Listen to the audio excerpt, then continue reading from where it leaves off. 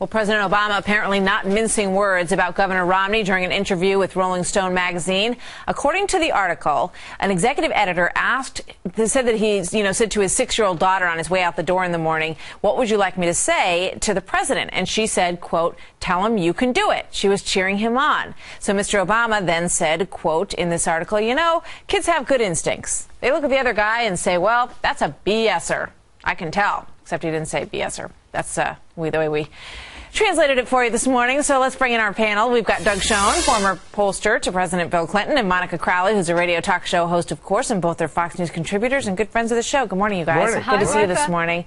Let me start with you, Doug. What do you think about that? Is that something you generally expect a president to be throwing around? No, of course you don't. And I think the larger issue here, Martha, is that this was a president who ran in 2008 and spoke at the Democratic Convention in 2004 on hope and change, on ending partisanship, on changing the discourse and dialogue in America.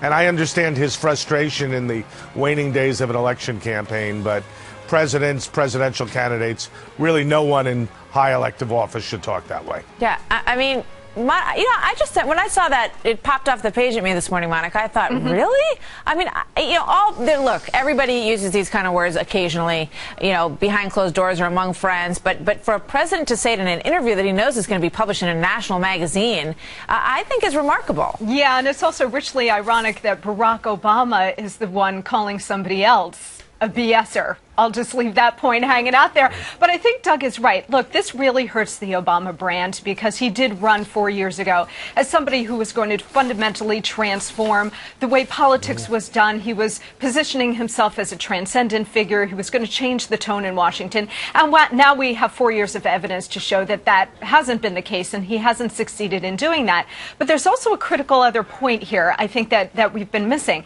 is that Barack Obama is spending a lot of time on college campuses. He went on Leno last night, Jon Stewart recently, he's going on MTV today, and he gave this interview to Rolling Stone. So he's really trying to mobilize the kids, college kids. And at this late date in the race, if you are still trying to mobilize your base, I think you're in big trouble. Yeah, I mean, it's a great point. When you look at the list of interviews that he's done, it definitely is skewed towards young people, the Latino vote as well. You've got several interviews on that list that go that route.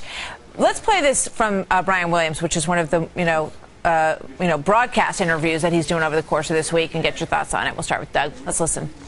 The folks in your business were writing me off a year ago, saying there's no way I would win.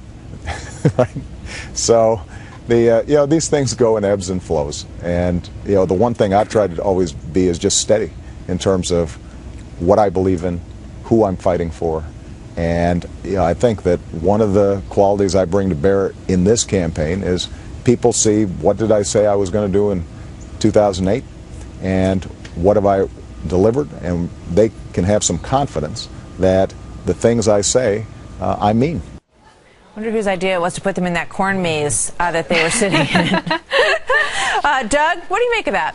Well, I think the president in some way is trying to recapture what Monica alluded to a second ago, which is the sense that he was a transformational president, that he was the sort of person who would do what he said he was going to do and change politics.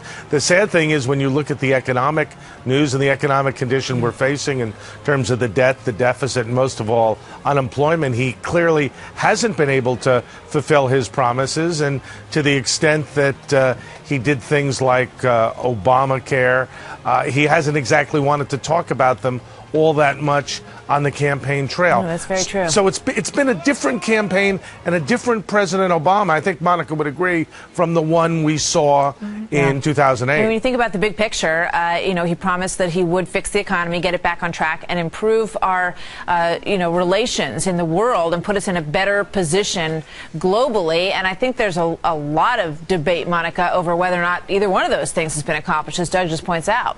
Yeah, Martha, I think there's a different way of looking at it. If you listened closely to Barack Obama in 2008, he promised a radical transformation of the nation. His words, not mine. And I think to a large extent, he delivered on that. The problem is the fundamental transformation he had in mind and that he carried out over the last 4 years is not what the American people had in mind. We're talking about radical wealth redistribution, unprecedented spending, record-breaking deficits and debt, and as Doug points out, socialized medicine. All of these things are very unpopular. They have not worked, and the American people are now rejecting what he has delivered here. So I don't think he hasn't delivered. I think he's delivered. The problem for him is that he's delivered the wrong things for America. But, it's very clear from his demeanor and his schedule that he knows he's in the fight of his political life right now. And he wants very much to frame how people are perceiving his presidency. And it's understood that that's what he's doing, and that's what Mitt Romney's doing as well in terms of his campaign. Doug, Monica, thank you so much. Thank you so much, Always good to Martha. see you both. You bet. Thanks. Thank you.